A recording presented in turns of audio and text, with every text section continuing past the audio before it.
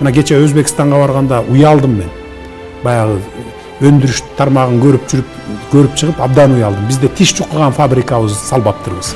Садыр Жапаров 2021 жылы коңшу өлкөнүн өнүккөнүн көрүп суктанган болсо, бүгүнкү күндө коңшу өлкөнүн саясий эксперттери Садыр Жапаров менен Камчыбек Ташиевдин 4 жылда жасаган эмгектерин жана өлкөнүн экономикасынын өскөнүн көрүп суктануу менен өз пикирлери менен бөлүшүүдө. Бирок биз программаларды иштеп чыктык. Жакын арада буюрса чоң өзүбүздүн пландарыбыз иштей баштайт. Экономикалык кризистен да чыгабыз. Кыргызстонда даромадлар o'sishi tezlashgani ko'p omillarga bog'liq. Ulardan eng muhimi 2021-yilda hokimiyatga kelgan Japarov va Tashiyev ma'muriyati yuritayotgan qayta markazlashtirish siyosati. Yangi qattiqqo'l hokimiyat byudjet, soliq va bojxona teshiklarini yopdi. Qo'ldan chiqqan kon va aktivlarni milliylashtirdi.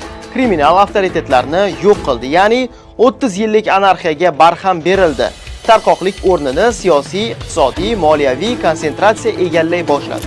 Kamshibek Tashiyevning kelishi bilan bog'liq vaziyatda bugun nafaqat qirg'iz jamiyati, bugun boshqa davlatlar ham Qirg'izistonga nisbatan kerak bo'lsa salbiy munosabatda bo'lyapti. 2022-2024 yillar oralig'ida Qirg'izistonda aholi jon boshiga daromad qariyb 2 barobarga oshdi.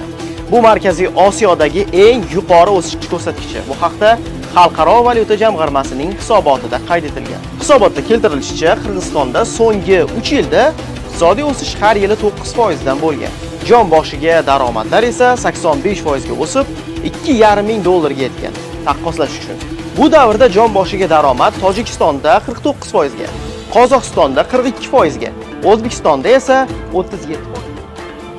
Qirg'izistonning Sadir Japarovgacha bo'lgan 5 ta prezidentning ichida qirg'iz tilida eng ko'p gapiradigani Sadir Japarov.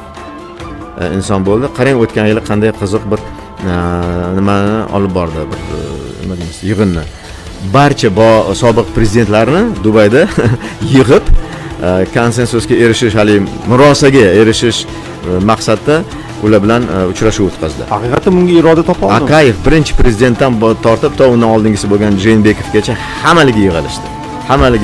Mana shu kelaylar endi Akayevchilar bir sinf deylikmi, Jeenbekovchilar boshqa sinf bo'lsa, agarda Atambayevchilar boshqasi, bunaqalarga bo'linmaylikda, Bakiyevchilarga bo'linmasdan xalqni o'ylaylik, birlashaylik, umumiy milliy manfaatlar asosida birlashaylik, bo'linmaylik. Unaqa asli aks holda hech qanaqa rivojlanish ham islohotlar ham bo'lavermaydi, parokanda bo'laveradi, bo'linib ketamiz mamlakat sifatida deb ham aytdi. Mana shunday bir qiziq innovatsion deylik siyosiy qadam qo'ydi Japarovda.